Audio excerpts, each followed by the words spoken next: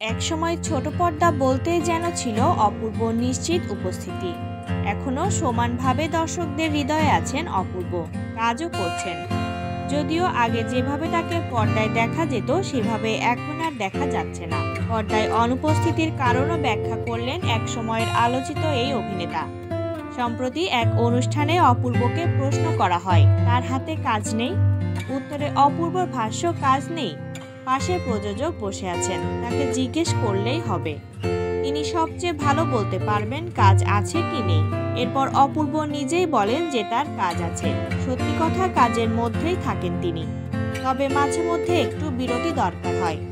তিনি বলেন, বিরতিতে ছিলাম কিছুদিন, আবার এসেছি, কাজ করব, আবার বিরতিতে যাব, এরপর আবার বিরতি।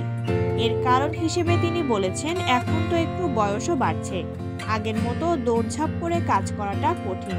এছাড়া ব্যাক পেইনের সমস্যা আছে, সেটার জন্য একটু বুঝে শুনে কাজ করব।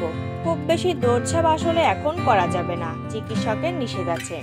বেশ কিছুদিন আগে অপূর্বর সঙ্গে ছেলের একটি ভিডিও বেশ আলোচিত হয়েছিল। সামাজিক যোগাযোগ মাধ্যমে ভিডিও প্রকাশের পর সেটি নিয়ে নানা নেতিবাচক মন্তব্যের মুখোমুখি হন এই অভিনেতা। ভিডিওতে বাবা ছেলের আনন্দ এবং আবেগ ধরা পড়ে ক্যামেরায়। যদিও ছেলের বাবা এবং মা দুজনেই এখন বিবাহিত, সেহেতু ছেলে একা জীবন কাটাচ্ছে, এমন নেতিবাচক মন্তব্য করেন নেটিজেনরা। তবে চুপ থাকেননি অপূর্বর সাবেক স্ত্রী নাজিয়া হাসান অদিতি।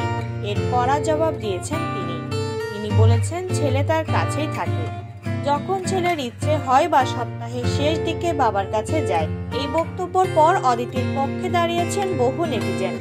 2020 সালে অপূর্ব ও নাজিয়া হাসান অদিতির বিচ্ছেদের খবর প্রকাশিত হয়।